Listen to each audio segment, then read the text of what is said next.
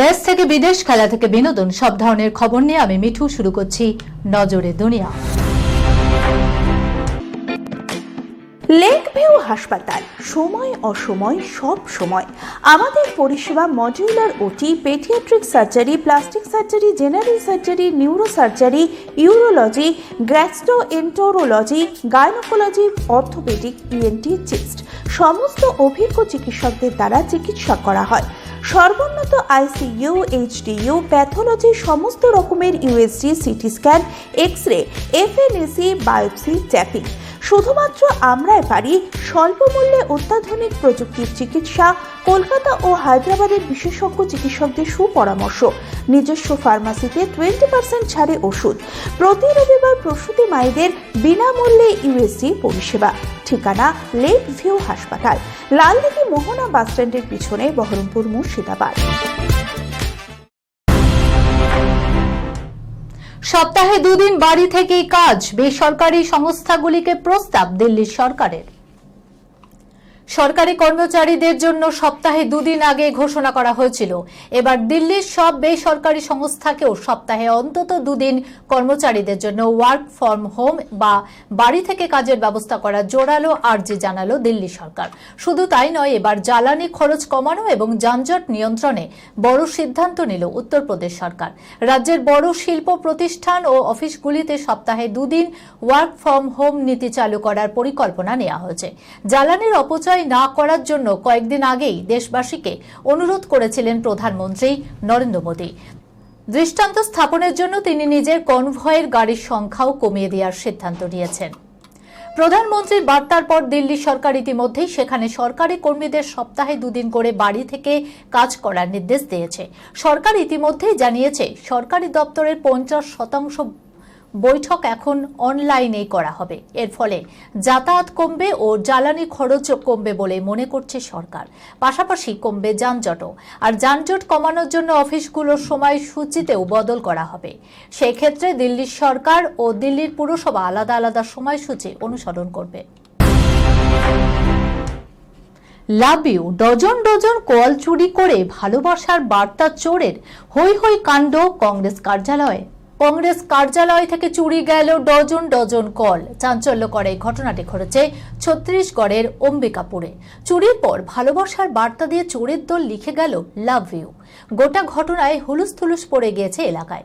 ছত্তিশগড়ের কংগ্রেসের এক শীর্ষ নেতার দাবি, অম্বিকাপুরের কংগ্রেস কার্যালয়ে রাজীব ভবন থেকে অন্তত 73টি দামি স্টিলের কল চুরি গিয়েছে। এই নিয়ে রাজীব ভবনের তৃতীয়বার চুরির ঘটনা ঘটল। কংগ্রেস কার্যালয়ে বারবার নিরাপত্তা লঙ্ঘনের বিষয়টিতে স্বাভাবিকভাবে উদ্বেগ তৈরি হয়েছে। চুরির খবর পেয়ে তড়িঘড়ি ঘটনাস্থলে পৌঁছায় কংগ্রেসের জেলা সভাপতি বালকৃষ্ণ পাঠক। ঘটনাস্থল পরিদর্শনের পর তিনি ক্ষোভ উগরে দেন। তার অভিযোগ, ওই অঞ্চলে সমাজবিরোধী এবং মাদক চক্রের কারবারি চলে। সেই চক্রের সঙ্গে যুক্ত ব্যক্তিরাই এই কাণ্ড ঘটিয়েছে। বালকৃষ্ণ বলেন, রাজীব ভবনে এই নিয়ে তৃতীয়বার চুরির ঘটনা ঘটল। 73টি স্টিলের কল চুরি হয়েছে। এলাকার কোনো মাদকাসক্ত ব্যক্তি এই কাজ করেছেন। ঘটনাস্থলের একটি ছবি ইতিমধ্যেই সমাজ মাধ্যমে ছড়িয়ে পড়েছে, যদিও সেগুলির সত্যতা যাচাই করা হয়নি। সোশ্যাল মিডিয়ায় চ্যাট করতে করতে প্রেম, বিয়ের আসরে পাত্রের মুখ দেখেই বিয়ে ভাঙলেন তরুণী। মার খেয়ে বর গেল এবার হাসপাতালে। ঠিক কি ঘটনা ঘটেছে দেখুন। সোশ্যাল মিডিয়ায় চ্যাট করতে করতে প্রেম, সেখান থেকে বিয়ে এবং সুখে শান্তিতে সংসার, এমন ঘটনা প্রায় ঘটে থাকে। কিন্তু সোশ্যাল মিডিয়ায় পছন্দ করা পাত্রটি যদি বিয়ের আসরে বদলে যায়, শুভদৃষ্টির সময় লাজুক হেসে তাকাতেই যদি কোণে দেখেন তার জীবনসঙ্গী পাল্টে গিয়েছে, এমনটাই হলো উত্তরপ্রদেশে এক বিয়ের আসরে। সঙ্গে সঙ্গে বিয়ে নাকচ করে দিলেন পাত্রী। তারপর দুপক্ষের মধ্যে হাতাহাতি। শেষ পর্যন্ত ভুয়ো পাত্রকে ভর্তি করতে হলো হাসপাতালে। ব্যাপারটা ঠিক কি জানা গিয়েছে, উত্তরপ্রদেশের গত 12ই মে 4 হাত 1 হওয়ার কথা। পাত্রী জানান, ইনস্টাগ্রামে তার আলাপ হয়েছিল এক ব্যক্তির সঙ্গে। সেই ব্যক্তি নিজের পরিচয় দেন রাহুল মিশ্র হিসাবে। দুজনের ঘনিষ্ঠতা বাড়ে এবং তারপর বিয়ের সিদ্ধান্ত নেয়। জানা গিয়েছে পাত্রী পেশায় একজন আইনজীবী। দুই পরিবারের সম্মতিতেই বিয়ের দিনক্ষণ ঠিক করা হয়। বিয়ের কিছুদিন আগেই ভোপাল থেকে উত্তরপ্রদেশে গিয়ে ওই তরুণীর সঙ্গে দেখাও করেন রাহুল। তারপর মঙ্গলবার বিয়ের আসরে আচমকায় পাত্র বদল। বরের মুখ দেখে কনের চক্ষু চড়ক গাছ। তার পছন্দের রাহুল নন, বরের আসনে বসে রয়েছেন অন্য এক ব্যক্তি। সঙ্গে সঙ্গে বিয়ে থামিয়ে ওই তরুণী জানিয়ে দেন ভুয়ো পাত্রের সঙ্গে তিনি বিয়ে করবেন না। জিজ্ঞাসাবাদ করে জানা যায় পাত্রের নাম দেবেন্দ্র সিং পরিমর। দেবেন্দ্র জানান তার সঙ্গে সোশ্যাল মিডিয়ায় ওই তরুণীর কথা হতো। ভুয়ো পাত্রের বিষয়টি প্রকাশ্যে আসতেই হইচই পড়ে যায় বিয়ে বাড়িতে। অভিযোগ, তরুণীর বাড়ির লোকজন মারধরও করে দেবেন্দ্র এবং তার সঙ্গীদের।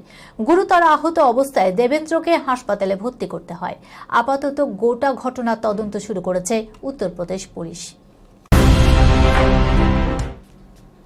ভালো বন্ধু থেকে জীবনসঙ্গী বিচ্ছেদ ঘোষণার পরই দিশা মৌনির মালা বদল নিয়ে শোরগোল।